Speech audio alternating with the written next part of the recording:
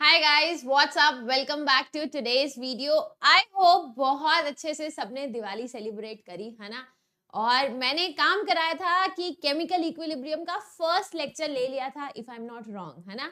और मैंने ये स्पेसिफिकली पॉइंट आउट किया था, स्पेसिफिकली ये बात बोली थी कि प्लीज, ऑल्दो दिवाली की वेकेशंस हैं, दिवाली में तुम एंजॉय करोगे, but please please please make sure कि वो लेक्चर रिवाइज कर कर आना, क्योंकि आज जो हम लेक्चर करने वाले हैं that is our second lecture, second hour of chemical equilibrium. जो बच्चे शायद पहली बार, just give me a second, let me check if every setting is okay और not. Yes, everything is okay. So जो बच्चे पहली बार शायद इस चैनल पे विजिट कर रहे हैं, जिनको कोई आइडिया ही नहीं है कि मैम कौन है, कौन से लेक्चर्स ले रही है, उन सारे बच्चों के लिए 1 या 2 मिनट के लिए इंट्रोडक्शन दे देते हैं। मैं कौन हूँ, ये चल क्या रहा है। So I will introduce you to everything, ठीक है। So guys, my name is Sakshi Vora and I am a pass out of IIT Roorkee. 10th 12th I was CBSE state topper. I was also awarded with KVPY fellowship when I was in grade 12th. Teaching experience, teaching career की बात करूं तो last 7 year से I have been taking chemistry for so many students जो JEE और NEET के लिए prepare कर रहे थे, ठीक है। I really feel proud to say जितने स्टूडेंट्स मैंने पढ़ाए हैं उनमें से बहुत सारे स्टूडेंट्स एकदम मस्त मस्त अच्छी अच्छी IITs में हैं, ठीक है, बहुत अच्छे अच्छे मेडिकल कॉलेजेस में हैं with the branch which they wanted, ठीक है। सो बस इसी टीचिंग एक्सपीरियंस को यूज करके आई थिंक मैं तुम्हें जितना हेल्प कर सकूंगी, I will try my level best. Okay, now coming on to the point कि मैम चल क्या रहा है, what topic are you teaching, तो थोड़ा सा और डिटेल बता देती हूँ ताकि तब तक सारे बच्चे ज्वाइन भी कर लें। फिर हम, और जिन बच्चों ने पिछला रिवाइज नहीं किया, जो मेरे रेगुलर स्टूडेंट्स हैं, you have 5 minutes quickly recap all the things, ठीक है। जैसे ही मैं लेक्चर स्टार्ट करूंगी तो इजी हो जाएगा कनेक्ट करना, है ना। ओके, सो गाइज, हमने एक सीरीज स्टार्ट कर रखी है यूट्यूब पर भी, स्पेशल क्लासेस पर भी। पहले यूट्यूब के बारे में बताती हूँ because many of the students are aware about YouTube. Special classes का आइडिया बहुत कम बच्चों को है, उनको डिटेल में बताती हूँ, ठीक है। यूट्यूब पर जो मैंने सीरीज स्टार्ट कर रखी है वो ये है कि 3 घंटे में I will just take 3 hours of yours and I will be winding up each and every chapter. Like for example, हमने redox reaction 3 घंटे लिए, और ऐसा नहीं है कि मैं 3 के 3 घंटे एक ही दिन में पढ़ा रही हूँ, ओवर बर्डन हो गया, वन शॉट के चक्कर में सब कुछ फटाफट पढ़ लिया, नो, नथिंग लाइक दैट, ठीक है। तुम्हें प्रॉपर टाइम दिया जा रहा है। Like today, I think Diwali से जस्ट पहले मैंने केमिकल इक्विलिब्रियम का फर्स्ट लेक्चर 1 घंटे का लेक्चर लेके कंप्लीट किया। आज हमारा सेकेंड आवर है एंड कल हमारा 3rd घंटा होगा। तो 3 दिन में, 3 घंटों में पूरा का पूरा केमिकल इक्विलिब्रियम कंप्लीट हो जाएगा। इसी तरीके से रिडॉक्स, इसी तरीके से थर्मो, बहुत सारे चैप्टर्स हम कंप्लीट कर चुके हैं। और अगर तुम मुझे रेगुलरली फॉलो करोगे तो यू विल सी कि हम सारे के सारे ग्रेड 11th के लेक्चर्स कंप्लीट करने वाले हैं इसी 3-3 घंटे के पैटर्न में, ठीक है। सो अगर कभी भी कोई स्कूल एग्जाम आने वाला है, let's say there is a unit test, और लेट्स से तुम्हारा सिलेबस रह गया है एंड पूरा चैप्टर रिवाइज करना है, सो आई थिंक ये 3-3 घंटे के वीडियोस तुम्हें जेन्युइनली बहुत हेल्प करने वाले हैं, ठीक है। पूरे के पूरे वीडियो में आई will try my level best कि CBSE लेवल का जो भी इंपॉर्टेंट है वो डिस्कस करूं। उसके बाद एक बहुत ही कहते हैं ना स्वीट सा हम शिफ्ट मारे to JEE and NEET also.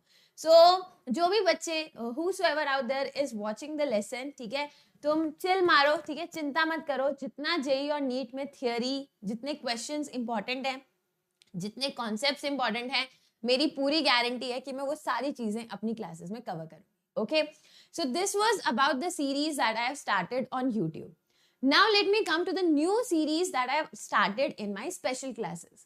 जिन बच्चों को आइडिया ही नहीं है कि स्पेशल क्लास क्या होती है, कहाँ पर अटेंड करते हैं, तो 1 मिनट के लिए ध्यान से सुनो। What you have to do, just give me a second. तुम लोग को क्या करना है, you have to download, ठीक है, डाउनलोड कर लेना अनअकैडमी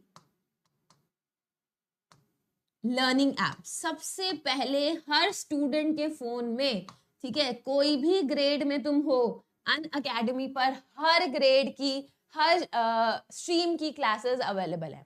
सो जिस भी ग्रेड में हो, guys, do one thing, this is super important, Unacademy की लर्निंग ऐप को डाउनलोड कर लेना, ठीक है। अपना गोल सिलेक्ट कर लेना. Those who are in 11th can select your goal as CBSE class 11th. 12th वाले 12th सिलेक्ट कर सकते हैं. ठीक है, सो बहुत सारे स्ट्रीम्स अवेलेबल हैं. You can select your goal accordingly. उसके बाद मेरी प्रोफाइल पे विजिट करना. ठीक है, मैं अपनी प्रोफाइल तुम्हें बताती हूँ. My profile is VORA 2704. So VORA 2704. Yeah, you can also search me by my name SAKSHIGANOTRA.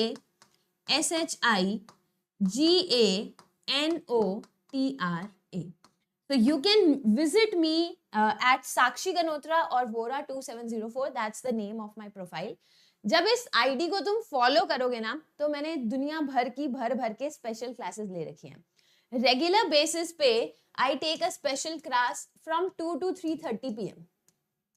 ठीक है, हर रोज मैं 2 to 3:30 PM स्पेशल क्लास ले रही हूँ. And these special classes are completely free of cost. Just a single thing has to be done from your side कि app installed होनी चाहिए, तभी तुम मेरी स्पेशल क्लासेस अटेंड कर सकते हो. ठीक है, सो जो बच्चे अनअकैडमी के प्लस सब्सक्रिप्शन पे पढ़ते हैं ना, बिल्कुल सेम वैसा एक्सपीरियंस करने के लिए we have special classes for our special students also. ठीक है, ये क्लास हर बच्चा अटेंड कर सकता है, whether it's a plus student और a non plus student. Everyone can attend these special classes free of cost. ठीक है, अब इस सीरीज का नाम है new NCERT super NCERT week. अब इसको मैंने सुपर एनसीईआरटी क्यों बोला, अभी मैं बताती हूँ. आई टोल्ड यू यूट्यूब पे हम सारे के सारे लेक्चर्स थियोरी वाइज कवर करेंगे, है ना. अब 3 घंटे में तुम सोचो कि मैम थियोरी भी पढ़ा दे, इंपॉर्टेंट कॉन्सेप्ट्स और जेई नीट भी करा दे और एनसीईआरटी भी करा दे, तो थोड़ा सा टफ है. फिर नाइंसाफी हो जाएगी चैप्टर के साथ, है ना.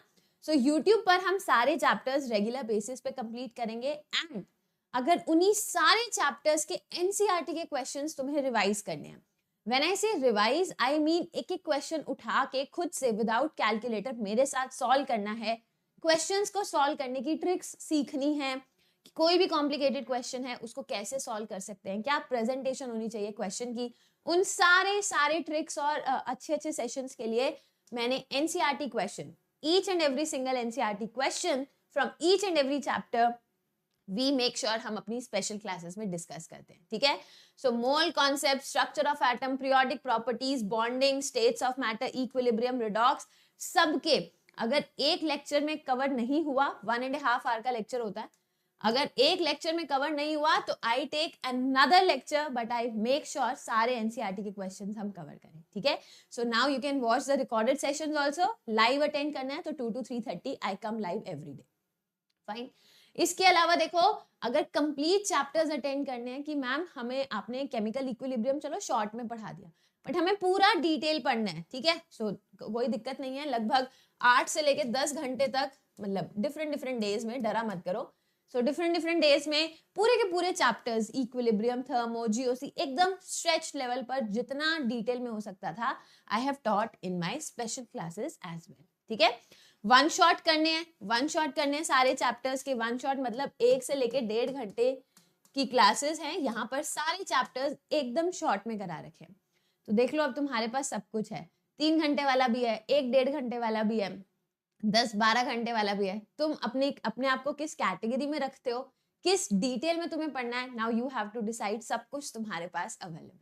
ठीक है, सो ये कुछ डिटेल थी about my special classes. Since बहुत सारे बच्चों को नहीं आइडिया था क्या होती है स्पेशल क्लासेस, तो आई थॉट शेयर कर देती हूँ.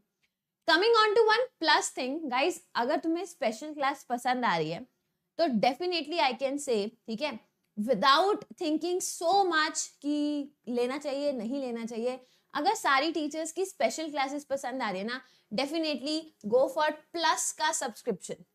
ये देखो, ये कोड है तुम्हारे लिए. सो जितने भी मेरे स्टूडेंट्स हैं ना, ठीक है, साक्षी मैम के 10 स्पेशल स्टूडेंट्स, वो सारे इस कोड को यूज कर सकते हैं and you will be getting a 10% discount. बहुत सारे अवेलेबल हैं, 1, 3, 6, 12, 18, 24 मंथ्स, और EMI पे भी खरीद सकते हो. अगर 6 मंथ से स्टार्ट करते हो तो you can pay EMI basis पे भी. ठीक है, प्राइजेस वैसे ही बहुत कम है. लाइक 1 ईयर का प्राइस है 6 मंथ्स का प्राइस है 10,000, 1 ईयर का प्राइस है 15,000, 2 इयर्स का प्राइस है 25,000. ठीक है, ये एक्चुअल प्राइजेस है. बट जब तुम्हें ये कोड लगाने को मिला है ना, so once you use this code, so these are not the actual prices, ये final prices. 9,000 you have to pay, just 9,000 for 6 months. जितना लंबा सब्सक्रिप्शन लोगे तुम्हारा उतना फायदा होने वाला है, बिकॉज उतना ज्यादा सस्ता पड़ेगा, ठीक है। सो अगर घर बैठे बैठे सेफली इंडिया के टॉप मोस्ट एजुकेटर से तुम्हें पढ़ना है, पहले तो चलो जमाना था कि कोटा जाते थे, अब तो कोटा का हर टीचर अनअकैडमी पे पढ़ा रहा है, ठीक है। तो आई थिंक जो अनअकैडमी के टीचर्स हैं वो अपने आप में द बेस्ट टीचर्स हैं ऑफ द कंट्री, ठीक है। बहुत सिलेक्टिव टीचर्स हैं, बहुत एजुकेटेड और क्वालिफाइड टीचर्स हैं, और एक टीचर से नहीं तुम्हें सारे टीचर से पढ़ने का मौका मिलेगा। And if I talk about this fees, I think it's nothing in comparison to जितनी क्वालिटी एजुकेशन तुम्हें यहाँ प्रोवाइडेड होगी। You will get access to the test series, you will get access to everything, notes, PDF, ठीक है, books वगैरह सब कुछ available हैं। सो कोई एक्स्ट्रा खर्चा नहीं है। इफ आई से let's say 13,500 for 1 year, that means 13,500 only. No extra kharcha on your books, no extra kharcha on your traveling, no extra kharcha for your test, nothing. सब कुछ इस पैकेज में इंक्लूडेड है। And एक अच्छी बात बताती हूँ, अगर 11th में सब्सक्रिप्शन ले रहे हो, ठीक है, एंड साथ साथ 12th के कुछ चैप्टर्स रिवाइज करने हैं, तुम 12th भी पढ़ सकते हो। जो बच्चे 12th में सब्सक्रिप्शन ले रहे हैं वो साथ साथ 11th का भी रिवाइज कर सकते हैं।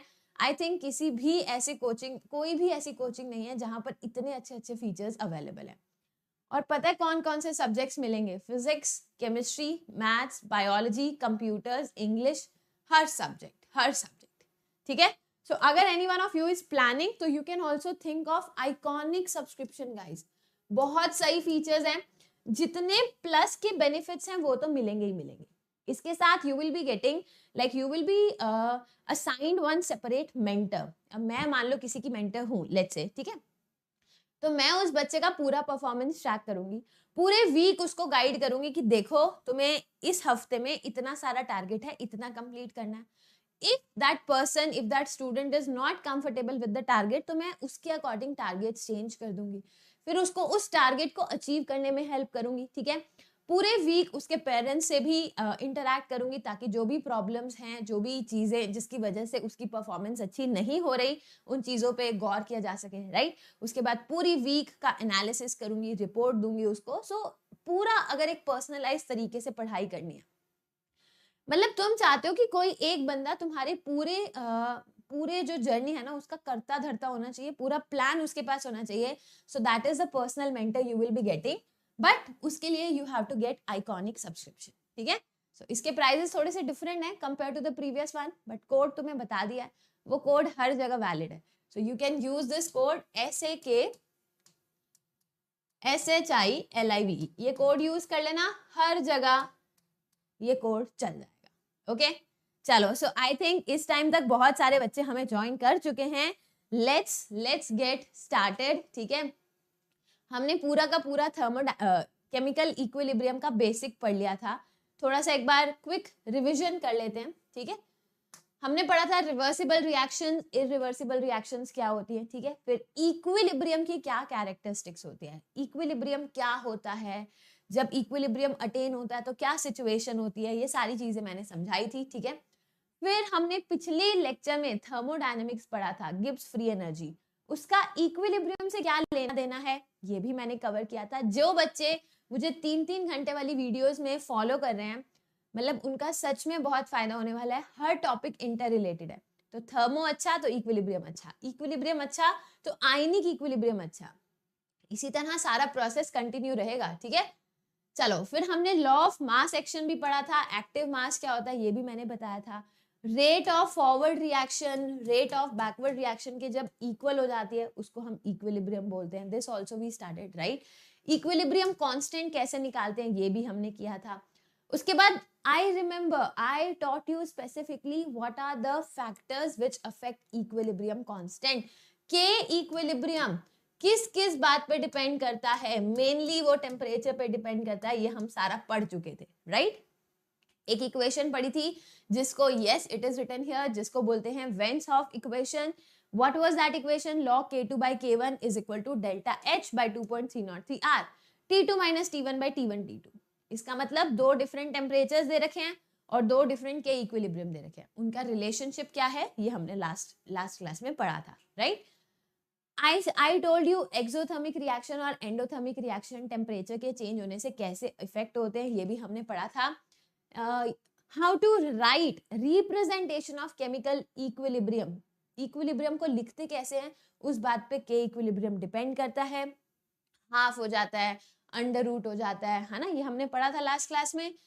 अब यहां से हमने स्टार्ट करना है। आई थिंक हमने पार्शियल प्रेशर कवर नहीं किया था, तो आज जितना हो सकेगा मैं पढ़ाऊंगी। ली चैटलियर्स प्रिंसिपल एक टॉपिक बचेगा, उसके सारे जितने भी रिलेटेड प्रॉब्लम्स हैं वो बचेंगे, that I will try to discuss in the last lecture. ठीक है, सो चलो let's get started with today's topic which is the use of partial pressure instead of concentration. ध्यान से समझना, हम इतनी देर से के इक्विलिब्रियम के बारे में बात कर रहे थे, राइट? अब मान लो मैंने एक रिएक्शन लिखी है A aqueous plus 2B aqueous, ये कन्वर्ट हो रहा है C aqueous plus 3D aqueous में, है ना? ये एक केमिकल इक्विलिब्रियम है, सब कुछ एक्वस में है, मतलब मैं कॉन्सेंट्रेशन रिप्रेजेंट कर सकती हूँ ना।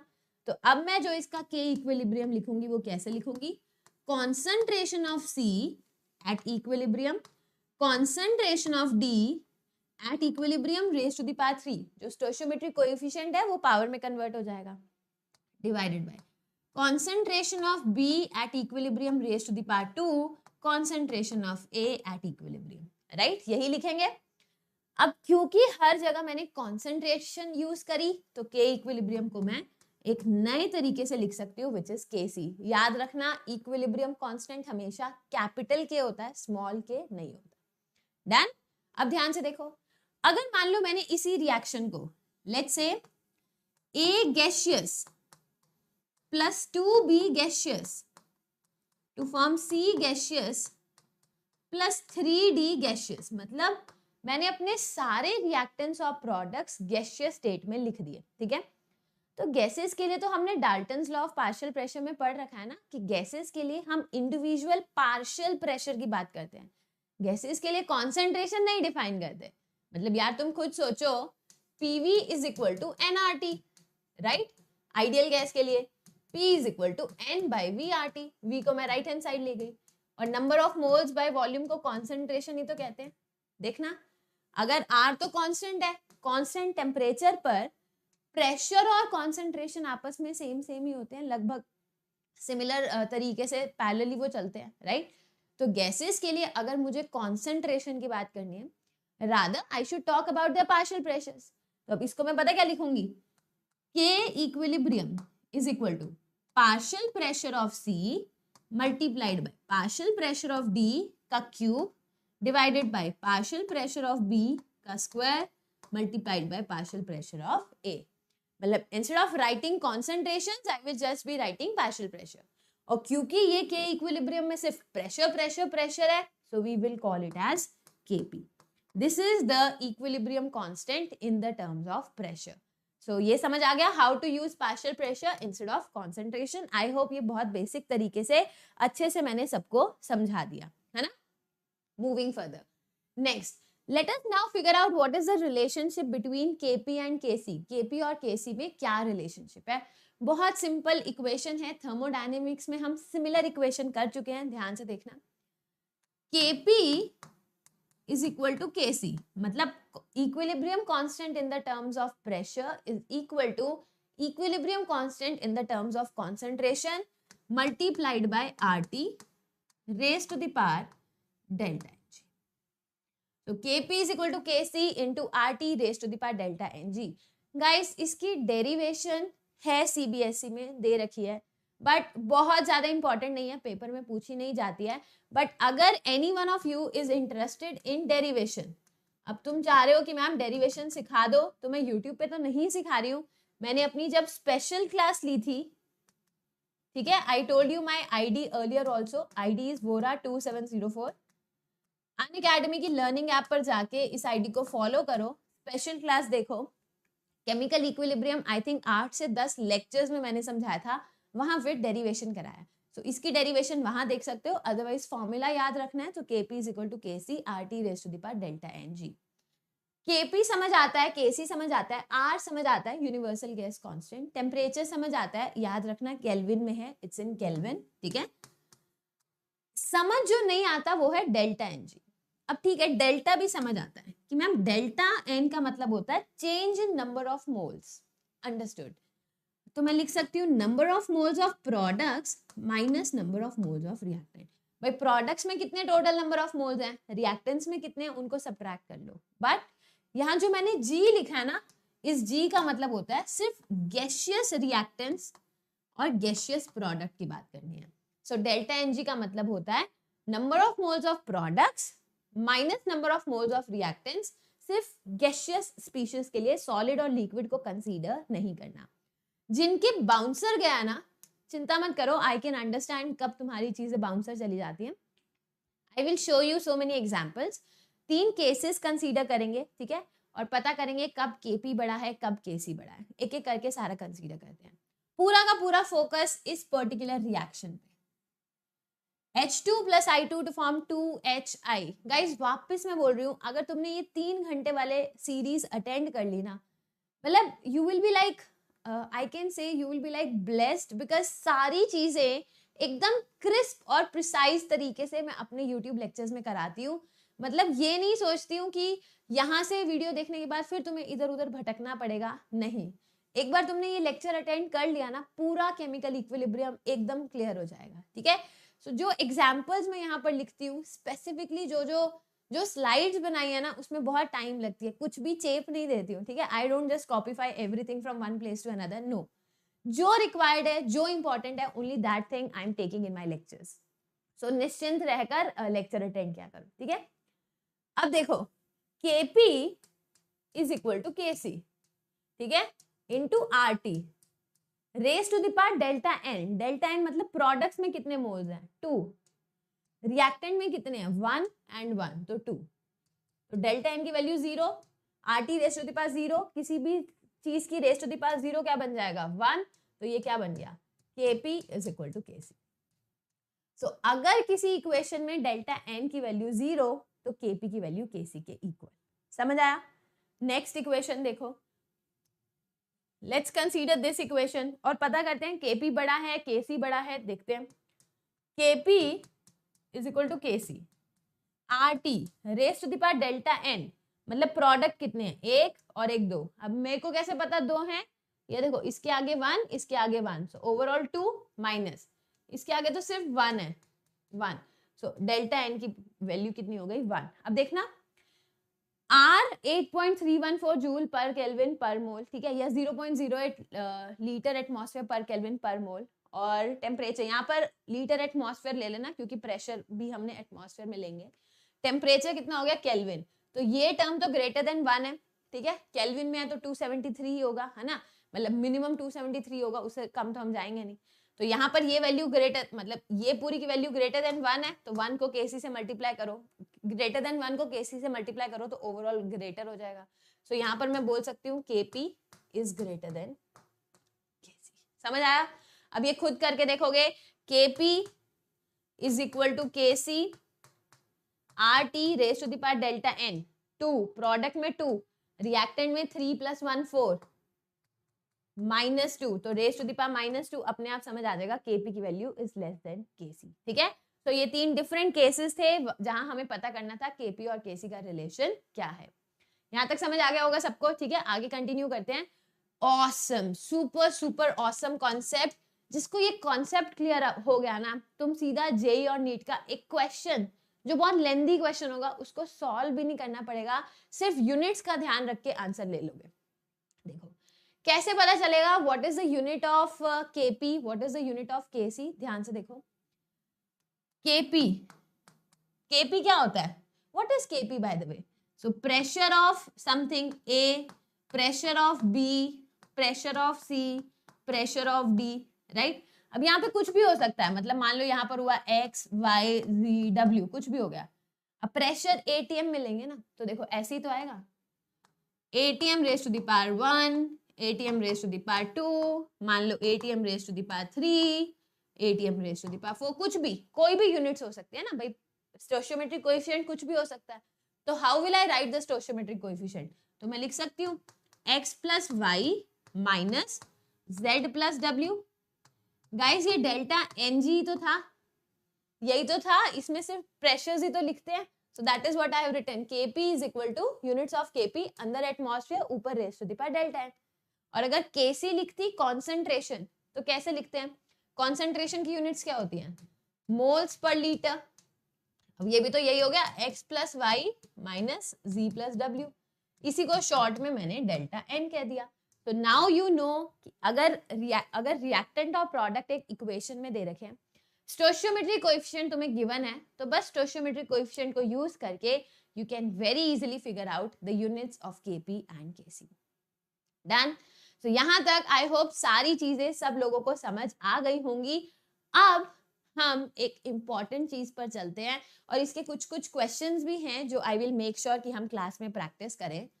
सबसे पहला तो पॉइंट है equilibrium constant, K equilibrium.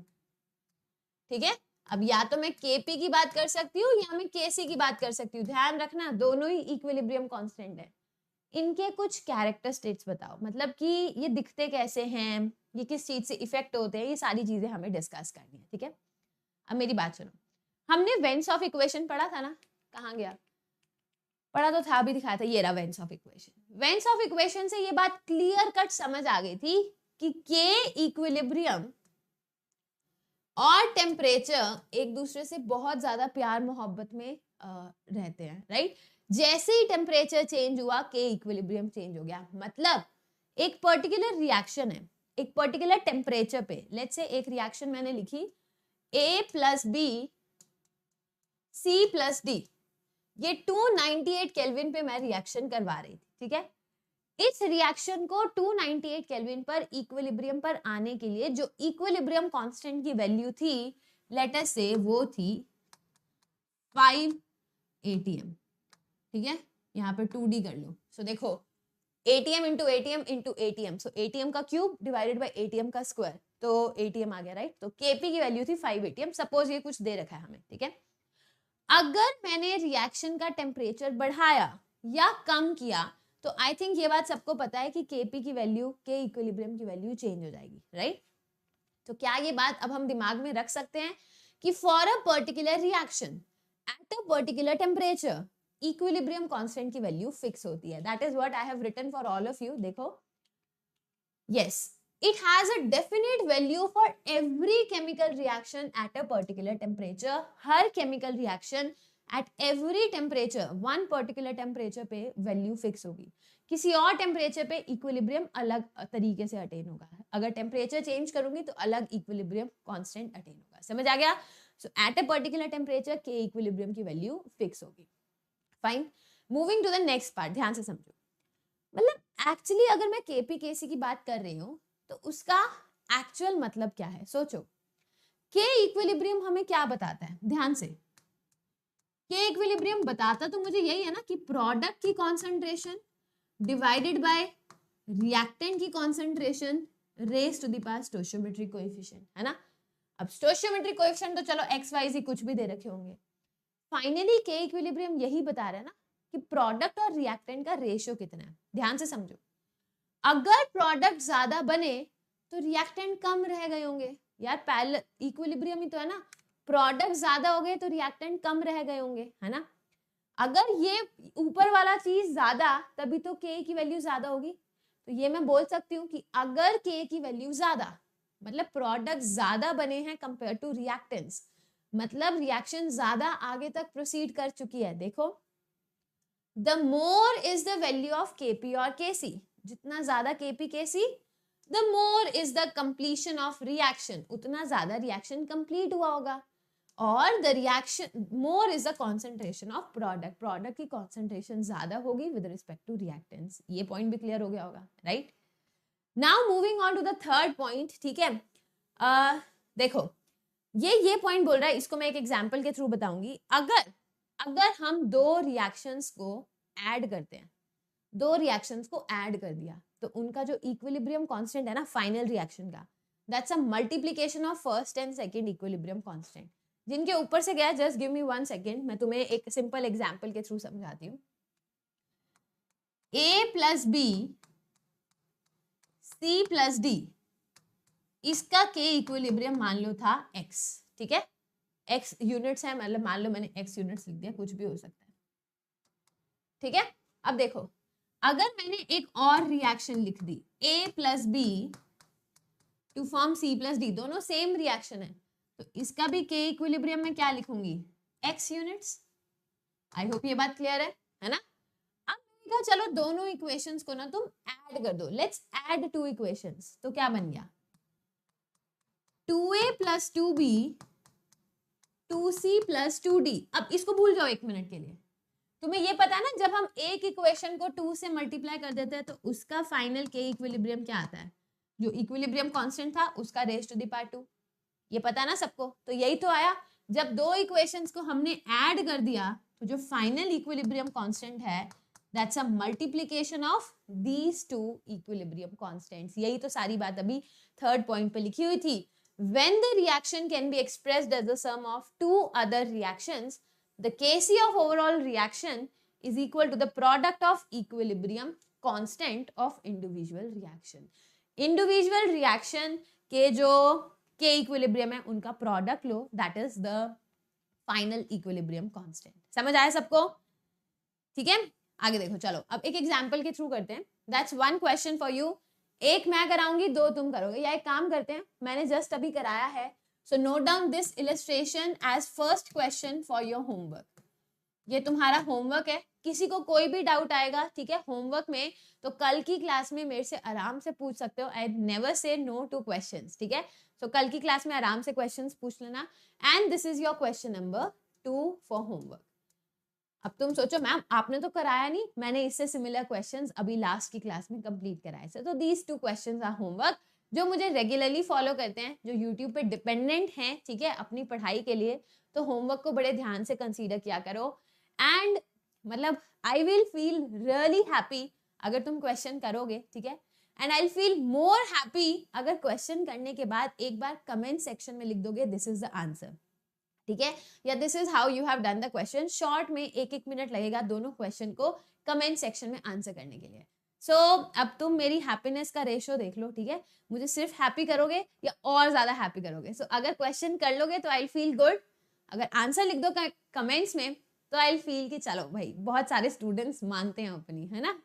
Okay, सो यहाँ तक अगर हो गया तो अब देखो, I will tell you one thing, ठीक है। ये अब जो हमारी स्लाइड्स बची है ना, 2-3 स्लाइड्स तो काफी इजी हैं, उसके बाद घमासान स्टार्ट होने वाला है, मतलब मुश्किल घड़ियां आने वाली हैं। बट अगर मैं तुम्हें पढ़ा दूंगी ना, वो टॉपिक मुश्किल से बहुत बहुत बहुत इजी चला जाएगा। जिन बच्चों को रिमेनिंग आधे घंटे में जो भी समझाऊंगी, इट विल टेक 20 मिनट्स, ठीक है, तो आधे घंटे में सारी चीजें समझाऊंगी। जिनको ये आधे घंटे की चीजें समझ आ गई, ठीक है, डिस्क्लेमर मैं पहले से ये बोल रही हूँ, उनका आयनिक इक्विलिब्रियम बहुत अच्छे से क्लियर हो जाएगा। जिनको ये आधे घंटे वाली वीडियो नहीं समझ आई, उनका आयनिक इक्विलिब्रियम का बेड़ा पार नहीं होगा, आयनिक इक्विलिब्रियम टफ हो जाएगा अगर यहाँ नहीं समझोगे। So make sure chemical equilibrium का जो only part, like two important points are there. One is Le Chatelier's principle, जो आयनिक इक्विलिब्रियम में एज सच यूज किया जाता है, and the other is this part जो अभी मैं कराने वाली हूँ आफ्टर दीज 2 स्लाइड्स, ठीक है। सो ये पार्ट बहुत इंपॉर्टेंट है, कृपया करके 10-15 मिनट ध्यान से मेरी बात सुनो। ये पार्ट क्लियर हो जाएगा तो आयनिक में मुझे तुम्हारे साथ कम मत्था मारना पड़ेगा। लाइक अब मैंने थोड़ी पंजाबी बोल दी, व्हाट आई मेंट इज कि थोड़ा कम एफर्ट करना पड़ेगा आयनिक में अगर तुम्हें ये पार्ट क्लियर हो गया, ठीक है। चलो स्टार्ट करते हैं। सबसे पहले थोड़ी इजी चीज बता देती हूँ, ये बहुत बचपन से पढ़ते आ रहे हैं, होमोजीनियस हेट्रोजीनियस क्या होता है। सेम चीज यहाँ पर अप्लाई होती है, homogeneous equilibrium and heterogeneous equilibrium. रट्टा मारने की जरूरत नहीं है, ऐसे ही समझो।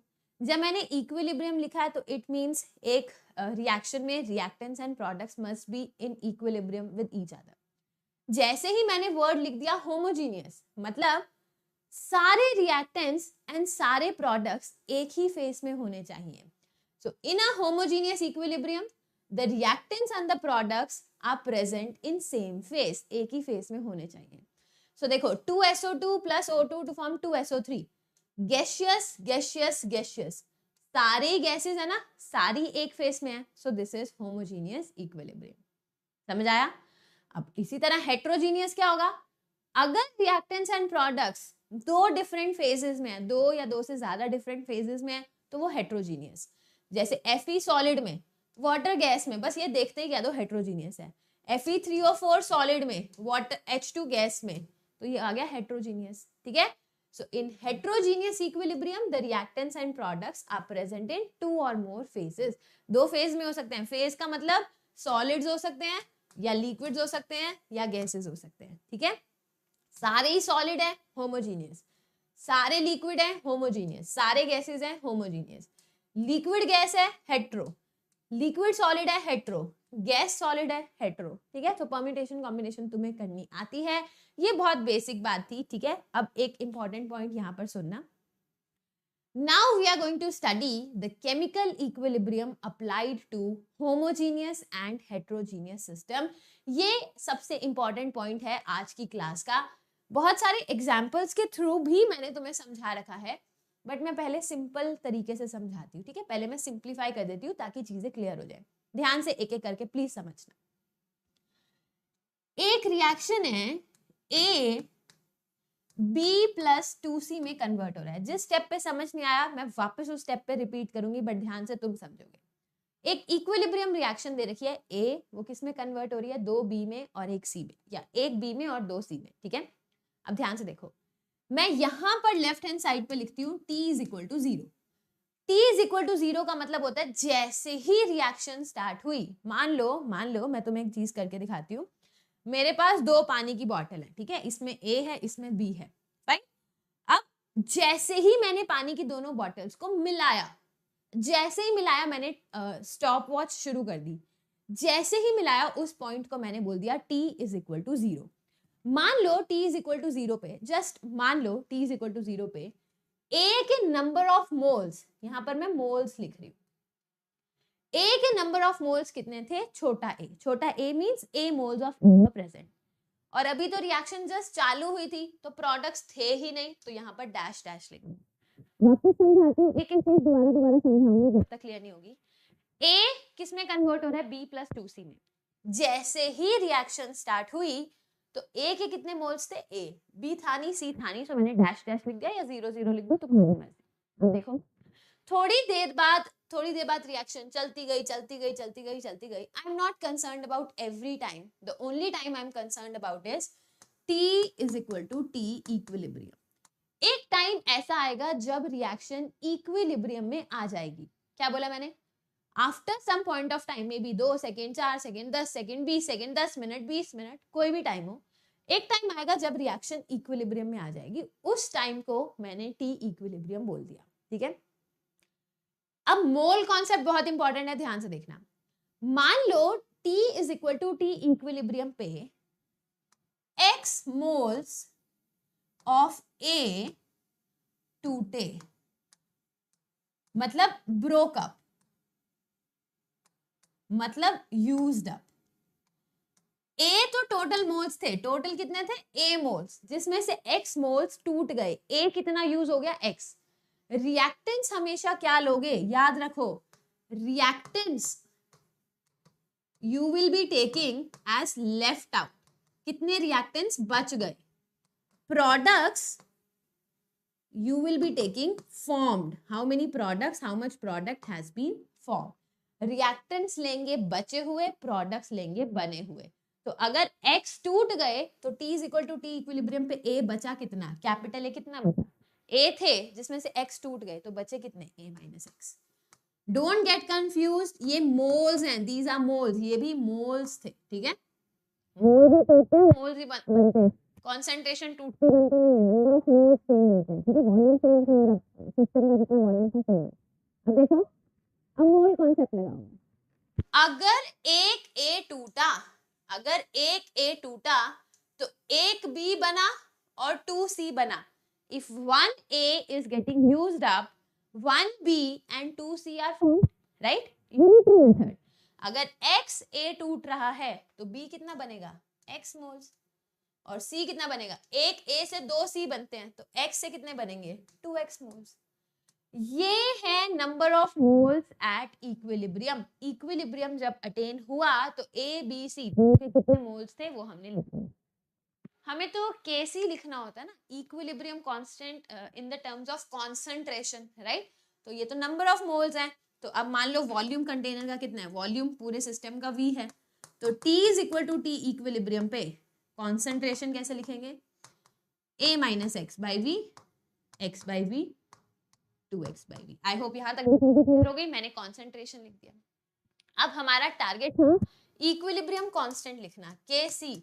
Kc को कैसे लिखूंगी, C की concentration at equilibrium raise to the power 2। You know why मैं बारी बारी फोकस करती हूँ एट इक्विलिब्रियम लिखो, क्योंकि कई बार बच्चे इनिशियल कॉन्सेंट्रेशंस लिख देते हैं। You have to write equilibrium concentrations into B की concentration at equilibrium raise to the power 1, A की concentration at equilibrium raise to the power 1। लिख लिया यहाँ तक। अब देखना C कितना है, अब ध्यान से सब्स्टिट्यूट करना। C है 2x डिवाइडेड बाय V और C का स्क्वायर करना है, तो स्क्वायर इनटू B कितना है x बाई वी, तो लिख दो x बाई वी, और बचा A कितना है A minus x by we, A minus x by we raise to the power 1, raise to the power 1। Solve कर लो, you will get the equilibrium concentration, equilibrium constant. समझ आया? ये जो बेसिक है ना, ये इतना इंपॉर्टेंट है, जिनको नहीं समझ आया मैं अगले 2 और एग्जांपल्स के थ्रू समझा दूंगी, but this particular thing is so damn important. जिसको ये क्लियर हो गया उसी को आयनिक इक्विलिब्रियम समझ आएगा। ये बहुत छोटी चीज है, हम केमिकल में पढ़ रहे हैं, है ना, और हमें बहुत बड़ी लग रही है, बहुत टफ लग रही है। आयनिक में ये चीज हमें 100-200 बार करनी होगी, ठीक है? तो मेक श्योर बहुत अच्छे से क्लियर होना चाहिए, नहीं तो आयनिक में full on confusion he confusion हो जाएगा। ठीक है, चलो आई थिंक यहाँ तक चीजें क्लियर हो रही हैं, है ना? गिव मी अ सेकंड, मैं पानी पी लेती हूँ, इतने ये नोट डाउन करो, ठीक है? ये नोट डाउन कर लो, अगर नोट डाउन नहीं करना तो जस्ट ऐसे ही रिवाइज कर लो। ये सारे के सारे नोट्स मैं अपलोड करवा दूंगी इन द PDF की फॉर्म में, ठीक है? सारे नोट्स अपलोड हो जाएंगे, तो अगर कुछ नहीं भी लिखना तो ये नोट्स सफिशिएंट हैं अपने आप में, इनको फॉलो करोगे सारी चीजें क्लियर होती जाएंगी। फाइन, जस्ट गिव मी 1 सेकेंड, पानी पी लेती हूँ, फिर कंटिन्यू करेंगे।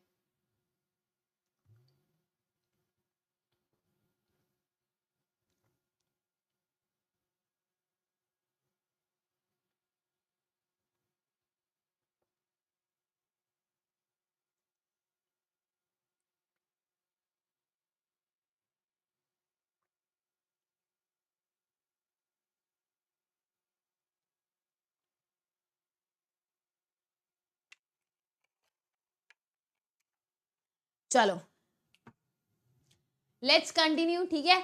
अब 2 और एग्जाम्पल हैं, इनको मैंने सॉल्व तरीके से यहाँ लिख रखा है ताकि कोई मतलब गलती ना हो तुम्हें कॉपी करने में। इन नोट्स को फॉलो कर लेना, बट मैं सॉल्व खुद करके दिखा देती हूँ। H2 plus I2 to form 2HI। सारे एग्जाम्पल्स डिफरेंट तरीके के हैं, ऐसा नहीं है कोई भी मतलब ऐसी एग्जाम्पल हम 2-2 बार कंसीडर कर रहे हैं, ऐसा नहीं है। H2 gaseous, I2 gaseous, ओ मैं कॉन्सेंट्रेशन देखना भूल गई, कितनी कितनी ले रखी है हमने, A और B ले रखा, चलो कोई बात नहीं, वापस लिखना पड़ेगा guys, give me a second. हाँ जी, H2 gaseous, I2 gaseous, 2HI gaseous। मेरे साथ साथ लिखने की प्रैक्टिस करो, ठीक है? जिस तरीके से मैं लिखूंगी सारे कॉन्सेंट्रेशंस को, उसी तरीके से तुम लोग भी लिखने की कोशिश करो। तुम जितनी practice you will be doing उतना ज्यादा फायदा है। प्रैक्टिस में कमी रह गई, पूरा आयनिक बर्बाद हो जाएगा। सो इट्स ऑन यू, ठीक है? तुम्हें बर्बाद करना है या नहीं करना, यू हैव टू डिसाइड। तो देखो, जब T इज इक्वल टू 0 था, ठीक है, T इज इक्वल टू 0 मतलब जस्ट रिएक्शन अभी स्टार्ट हुई थी, तो गिवन हमें था ये A मोल्स हैं, ये B मोल्स हैं और HI कुछ नहीं, ठीक है? ये गिवन था कि H2 A मोल्स हैं, I2 B मोल्स हैं और HI कुछ दे ही नहीं रखा था क्योंकि प्रोडक्ट अभी बना ही नहीं था, ठीक है? फिर हमने कहा, फिर हमें दिया गया कि X मोल्स ऑफ H2, ठीक है, विल बी यूज्ड अप, ये हमें दे रखा है।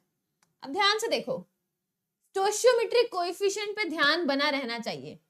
अगर एक H2 रिएक्शन करता है तो एक ही I2 रिएक्शन करेगा ना, तो अगर X मोल्स H2 टूटा तो I2 भी तो X मोल्स ही टूटेगा ना भाई, 1:1 रेशियो है। सो 1 टूटता है 1 टूटता है, अगर एक H2 टूटेगा तो एक I2 टूटेगा, इसी तरह एक X टूटेगा तो दूसरा भी X ही टूटेगा। रिएक्टेंट्स इक्विलिब्रियम पे क्या लोगे, लेफ्ट आउट, बच कितने गए, प्रोडक्ट्स लोगे बने कितने, ध्यान रखना।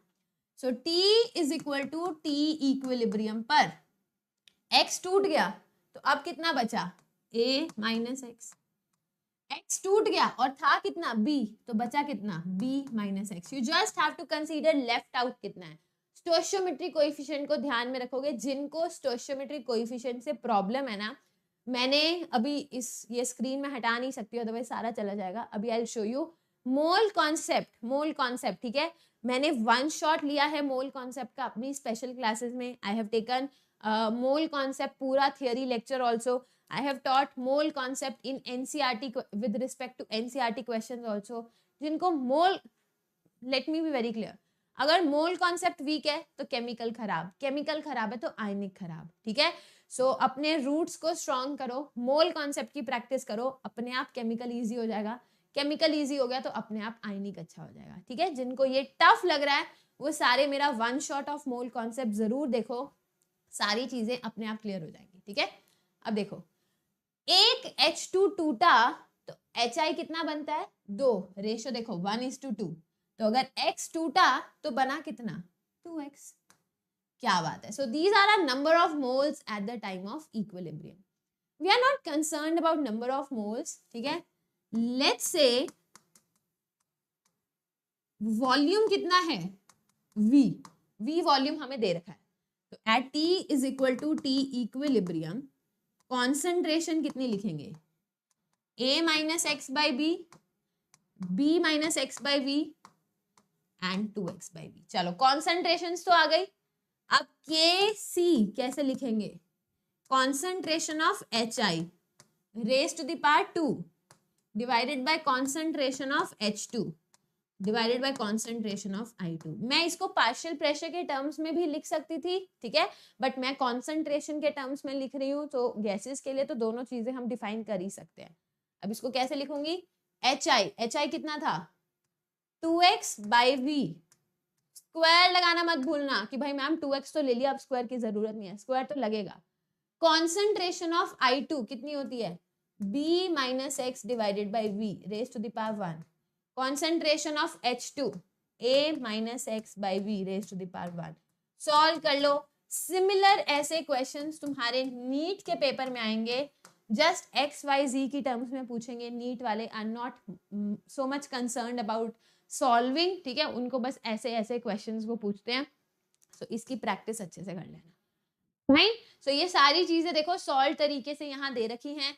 Suppose A moles of H2 and B moles of I2 are present in a container of V liter at equilibrium। जितना भी मैंने समझाया है everything is given here। ये final equation आ जाएगी, ठीक है।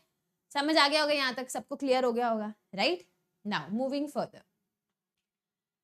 Further let's do chemical equilibrium applied to heterogeneous and homogeneous system, दोनों ही हम ले रहे हैं। यहाँ पर भी हमने अभी हेट्रो बाद में लेंगे, ठीक है, पहले एक और होमोजीनियस का एग्जांपल कर लेते हैं। PCl5 किस में टूट रहा है PCl3 प्लस Cl2। एक और इक्वेशन देख लेते हैं। जितनी प्रैक्टिस करोगे उतना ज्यादा इजी हो जाएगा। देखो अब ये तुम्हें बहुत इजी लगेगा। PCl5 ये टूट रहा है PCl3 प्लस Cl2, सारे गैसियस में, ठीक है। और मुझे Kc निकालने को बोला गया। I have to find Kc। ध्यान से देखो कैसे करेंगे। T इज इक्वल टू, ये हैंडराइटिंग बड़ी गंदी आई है, दोबारा लिखती हूँ।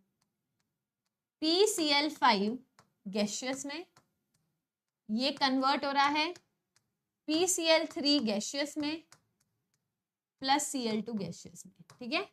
अब देखो कैसे लिखेंगे।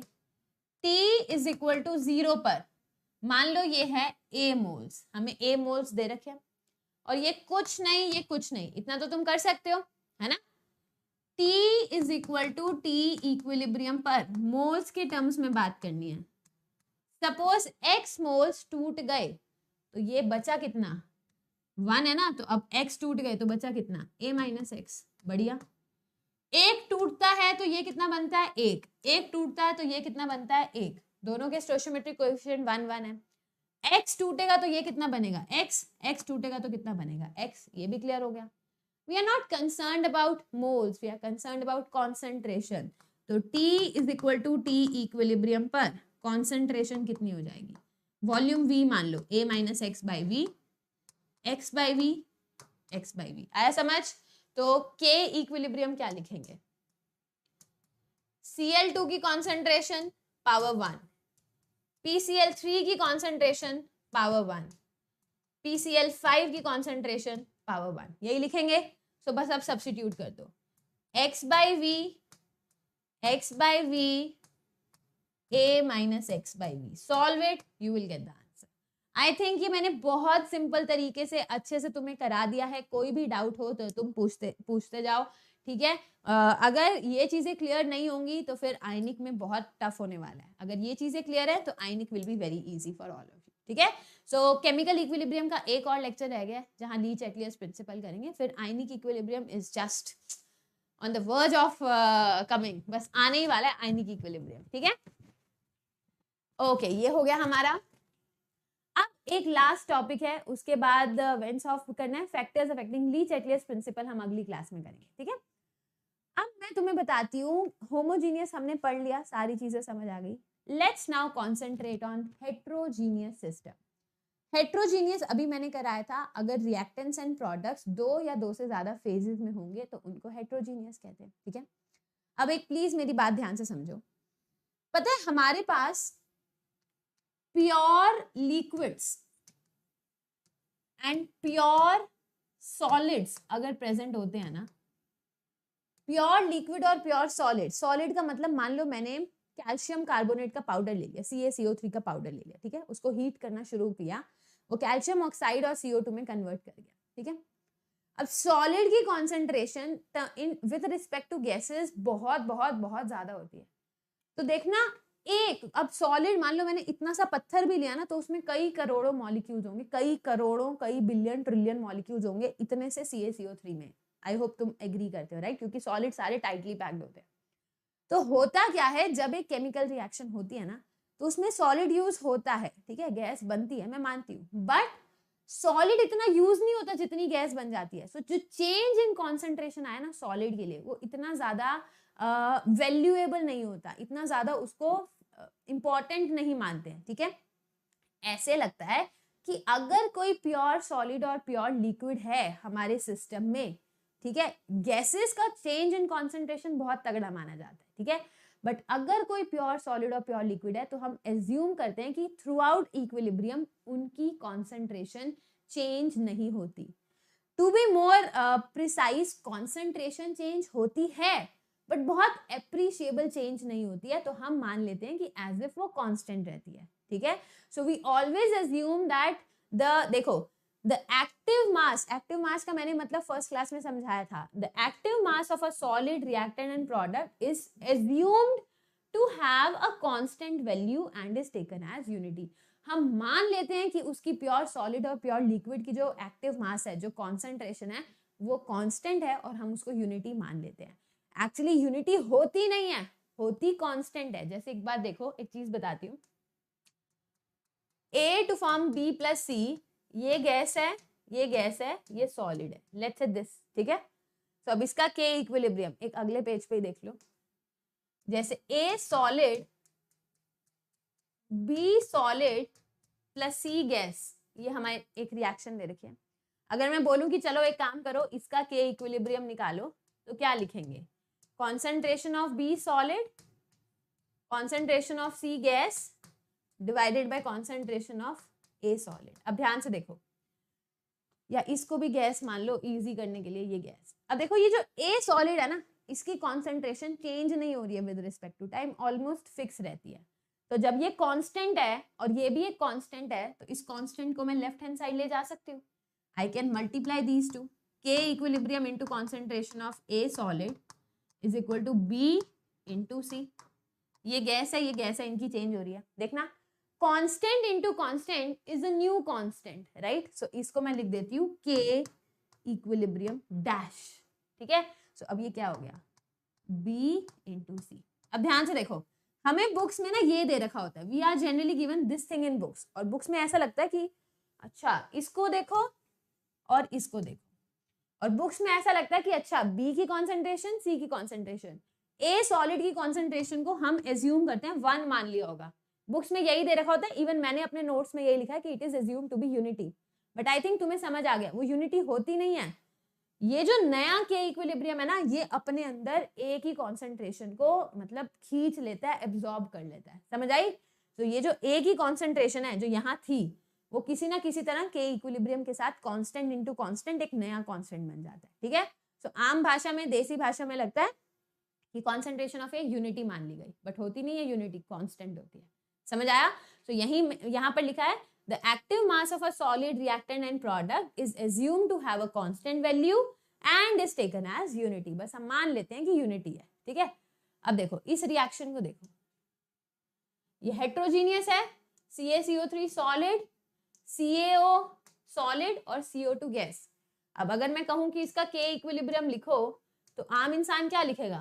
CaO की कॉन्सेंट्रेशन, CO2 की कॉन्सेंट्रेशन डिवाइडेड बाय CaCO3 की कॉन्सेंट्रेशन, यही लिखेंगे ना?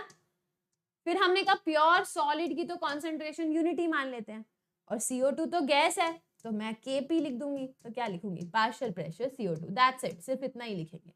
तो we will just consider the partial pressure of gas, solid और लिक्विड को हम यूनिटी मान लेते हैं, ठीक है?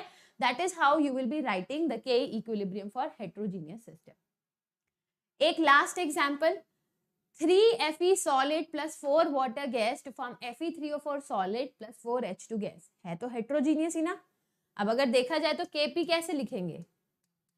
तो Kp लिखेंगे partial pressure of H2 raise to the power 4 multiplied by partial pressure of Fe3O4 which is a solid raise to the power 1। फिर क्या करेंगे? Partial pressure of water gaseous raise to the power 4 multiplied by partial pressure of Fe solid raise to the power 3। आम भाषा में तो यही लिखना चाहिए, है ना? फिर हमें पता है प्योर सॉलिड्स और प्योर लिक्विड का पार्शियल प्रेशर तो यूनिटी मान लो, तो ये हटा दो, ये हटा दो, तो बस यही आएगा Kp, यही आएगा Kp। सो इसको लिख सकती हूँ partial pressure of hydrogen by partial pressure of water whole raise to the power 4, that's it. समझ आ गया? So guys, this was all about the details of chemical equilibrium। एक लास्ट लेक्चर रह गया है जहां हम ली चैटलियर्स प्रिंसिपल के बारे में बात करेंगे। आज नहीं कराऊंगी, अदरवाइज फिर लंबा हो जाएगा, ठीक है? 1 घंटा मुझे चाहिए ली चैटलियर्स प्रिंसिपल से रिलेटेड सारे टॉपिक्स, जितने भी क्वेश्चंस आ सकते हैं, जितने भी इफेक्ट्स हैं, ठीक है, according to Le Chatelier's principle, including numericals, everything हम लोग स्टडी करेंगे, ठीक है? सो आई होप आज की क्लास में काफ़ी कुछ समझ आया होगा, काफ़ी कुछ तुम्हें सीखने को मिला होगा, राइट? सो मैंने जो बच्चे इंटरेस्टेड हैं स्पेशल क्लास में, वीडियो के स्टार्टिंग में मैंने सारी चीज़ें बताई थी अबाउट द स्पेशल क्लास, कब कब मेरी स्पेशल क्लासेस होती हैं। So 2 to 3:30 PM every day I take special classes. Make sure every one of you watch that special class. सारे NCERT के क्वेश्चन, सारे के सारे कंप्लीट चैप्टर, सब कुछ फ्री ऑफ कॉस्ट अवेलेबल है, ठीक है? स्पेशल क्लास के बावजूद अगर तुम्हें लगता है कि मैम हमारी परफॉर्मेंस में इम्प्रूवमेंट आ तो रहा है बट और अच्छे तरीके से स्ट्रीमलाइन फैशन से पढ़ाई करनी है, तो help us. So for that help guys, I think you should go for Unacademy plus subscription. यहाँ पर you will be getting regular daily live classes, interaction with your teachers, live poll leader board, जैसे मैं quiz लेती हूँ हर Tuesday, ठीक है? तुम्हें पता होना चाहिए every Tuesday I take 2 quizzes, one at 6 PM, one at 9 PM। जितना हम पूरे वीक पढ़ते हैं ना, उन सब की प्रैक्टिस हो जाती है ट्यूसडे को, ठीक है? कल भी मैंने ली थी। इसके साथ साथ टेस्ट सीरीज मिलेगा, ठीक है? टेस्ट सीरीज का एक्सेस फ्री है फॉर एवरीवन जिसके पास सब्सक्रिप्शन है। You don't have to pay anything extra. Extra doubt removal classes मिलेंगे, हर 4th क्लास एक DRS होती है। खूब सारे टीचर्स के बैचेस चल रहे हैं, ऐसा नहीं है कि तुमने सब्सक्रिप्शन ले लिया तो तुम सिर्फ मेरी क्लास अटेंड करोगे, नो। हर टीचर की क्लास अटेंड कर सकते हो, 11th 12th दोनों क्लासेस अटेंड कर सकते हो। Everything is up to you. बस पढ़ाई तुम्हें करनी है और पढ़ाना हमें, बस जितना सिंप्लीफाई तरीके से पढ़ सकते हो, ठीक है? जितनी ट्यूनिंग टीचर के साथ बैठ जाएगी, पढ़ने में बहुत मजा आने वाला है ना? सो जस्ट फाइंड आउट कि who is the best teacher for you और पढ़ना शुरू कर दो। लेक्चर्स देखो, नोट्स लो, हर टीचर नोट्स, क्वेश्चन के सीरीज सब कुछ प्रोवाइड करते हैं। फाइन, करना कैसे है? सबसे पहले तो ऐप डाउनलोडेड होनी चाहिए फोन में। स्पेशल क्लास अटेंड करनी है तो यहाँ पर चले जाना, आईडी मैं तुम्हें दे चुकी हूँ, वोरा 2704। प्लस की क्लासेस अटेंड करनी है तो प्लस पे जाओ, अपना गोल सिलेक्ट कर लो, फिर सब्सक्रिप्शन ले लो। अब सब्सक्रिप्शन के चार्जेस बहुत ही मिनिमल हैं, बहुत ही कम चार्जेस हैं, ठीक है। Like for example you just have to pay 9,000 for 6 month, सिर्फ इतना चार्ज है। और अगर 12 मंथ्स का लेते हो तो यू हैव टू पे 13,500। पूरे 2 साल का लेते हो यू जस्ट हैव टू पे 22,500 फॉर 24 मंथ्स। तुम करके देखो, अप्रोक्सीमेटली 900 पर मंथ आएगा। 900 पर मंथ मतलब 30 से डिवाइड कर लो, तुम देख लो कितना आता है। 30 रुपए पर डे तुम्हें पढ़ना है, उसमें physics, chemistry, maths, biology, computers, English, optional subjects सब कुछ इंक्लूडेड है, ठीक है। ये प्राइजेस जो मैंने बताए हैं ना, ये प्राइजेस सिर्फ तभी मिलेंगे जब ये कोड यूज होगा। तो if you use this code you get the discount, if you do not use the code you have to pay the actual amount, ठीक है। तो ये सारी चीजें थी गाइस, ठीक है। जो बच्चे भी इंटरेस्टेड हैं आइकॉनिक में, आइकॉनिक क्या है ये भी मैंने वीडियो के स्टार्टिंग में बताया था।